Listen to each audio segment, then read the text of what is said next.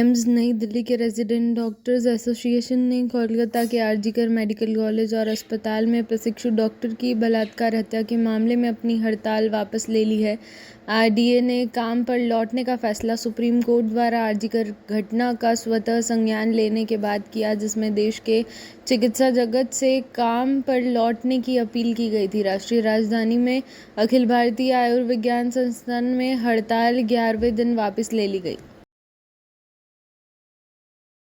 रूस यूक्रेन युद्ध पर भारत की स्थिति को संतुलित करना प्रधानमंत्री नरेंद्र मोदी के एजेंडे में सबसे ऊपर होगा, क्योंकि वह 2022 में युद्ध शुरू होने के बाद भारत से इस तरह की पहली उच्च स्तरीय यात्रा के लिए ट्रेन से कीव पहुंचेंगे। यात्रा करते समय मॉस्को का दौरा करने और राष्ट्रपति व्लादिमीर पुतिन से मुलाकात करने के 6 सप्ताह बाद उस प्रक्रिया का हिस्सा है। विशेषज्ञों का कहना है कि यात्रा के परिणामों को भी सावधानी से तोला जाएगा। अतीत में भारत की स्थिति के साथ यूक्रेन की निराशा को देखते हुए, विशेष रूप से यूक्रेन में युद्ध पर भारत की स्थिति। आरजीकर अस्पताल के पूर्व प्रिंसिपल संदीप घोष से कोई संतोषजनक जवाब नहीं मिलने पर केंद्रीय जांच ब्यूरो अब पॉलीग्राफ टेस्ट कराएगा। 31 वर्षीय डॉक्टर के साथ दुष्कर्म और हत्या की रात ड्यूटी पर मौजूद 4 अन्य डॉक्टर भी उनके साथ टेस्ट कराएंगे। एजेंसी को टेस्ट के लिए विशेष अदालत से मंजूरी मिल गई है। पॉलीग्राफ टेस्ट के नतीजे अदालत में स्वीकार्य नहीं होते हैं, लेकिन अक्सर कहा जाता है कि ये जांचकर्ताओं को सही दिशा में ले जाते हैं। केंद्रीय जांच एजेंसी पिछले 1 हफ्ते से पूर्व प्रिंसिपल से रोजाना पूछताछ कर रही है, लेकिन अधिकारियों का कहना है कि उन्हें अभी तक संतोषजनक जवाब नहीं मिला है।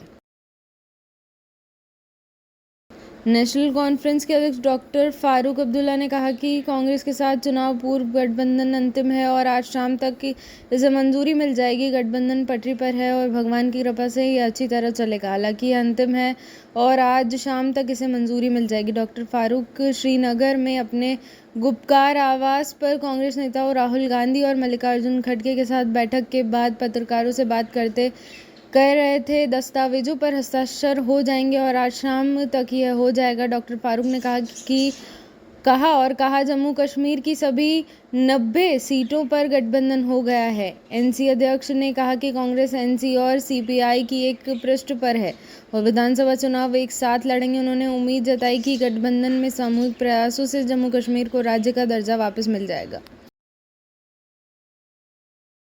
कांग्रेस अमेरिकी शॉर्ट सेलर हिंडनबर्ग रिसर्च के सेबी प्रमुख माधवीपुरी बुच और उनके पति धवल बुच के खिलाफ आरोपों को लेकर देशव्यापी विरोध प्रदर्शन करने की तैयारी में है। पार्टी भारतीय प्रतिभूति और विनियम बोर्ड के अध्यक्ष के इस्तीफे और अडानी समूह के मुद्दों की संयुक्त संसदीय समिति से जांच की मांग कर रही है। हिंडनबर्ग रिसर्च ने इस महीने की शुरुआत में अपनी नवीनतम रिपोर्ट में आरोप लगाया है कि माधवीपुरी बुच और उनके पति के वापस अडानी समूह के कथित वित्तीय कदाचार से जुड़ी ऑफशोर संस्थाओं में हिस्सेदारी है। बॉम्बे हाईकोर्ट ने स्कूल सुरक्षा को लेकर गंभीर चिंता व्यक्त की और इस बात पर प्रकाश डाला कि यदि स्कूल सुरक्षित नहीं है तो शिक्षा के अधिकार पर चर्चा महत्वहीन हो जाती है। न्यायमूर्ति मोहित डेरे ने टिप्पणी की, यहाँ तक कि 4 साल की लड़कियों को भी नहीं बख्शा जा रहा है। यह स्थिति बेहद चौंकाने वाली। अदालत ने बदलापुर पुलिस को कड़ी फटकार लगाते हुए पूछा कि बयान दर्ज करने में देरी क्यों हुई। राज्य सरकार की ओर से पेश महाधिवक्ता वीरेंद्र सराफ ने अदालत को आश्वासन दिया है कि बच्चों की सुरक्षा के लिए सभी आवश्यक कदम उठाए जाएंगे और विस्तृत और तेज जांच के लिए एक विशेष जांच दल का गठन किया गया है। अदालत ने राज्य सरकार से एक हलफनामा मांगा है, जिसमें मामला एसआईटी को स्थानांतरित करने से पहले बदलापुर पुलिस द्वारा की गई कार्यवाही का विवरण हो। मामले की अगली सुनवाई 27 अगस्त को होगी।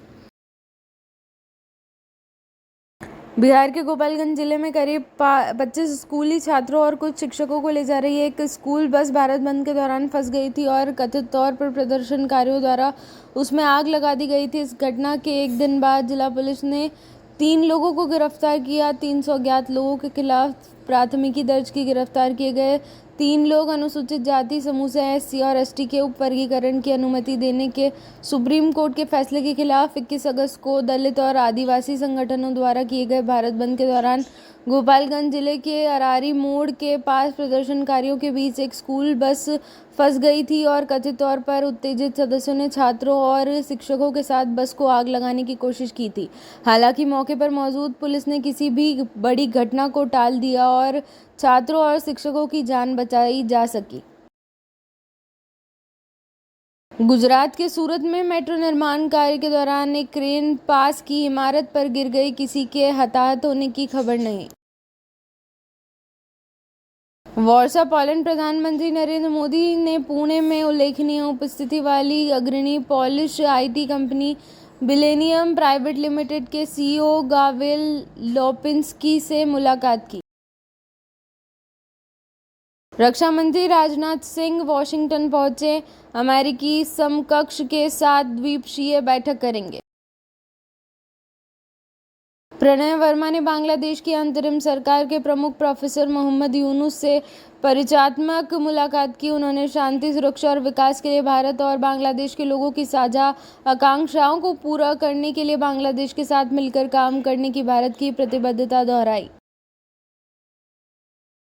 भारत और पोलैंड के बीच सामाजिक सुरक्षा समझौते के बारे में पूछे जाने पर विदेश मंत्रालय ने सचिव तन्मय लाल ने कहा, सामाजिक सुरक्षा समझौते पर सहमति बन गई है। आपको समझौते पर हस्ताक्षर होने तक इंतजार करना होगा, जिसके बारे में हम उम्मीद करते हैं कि आने वाले कुछ ही समय में यह हो जाएगा। इससे एक दूसरे के देशों में काम करने वाले पेशेवरों से जुड़े मुद्दों को सुलझाने में मदद मिलेगी।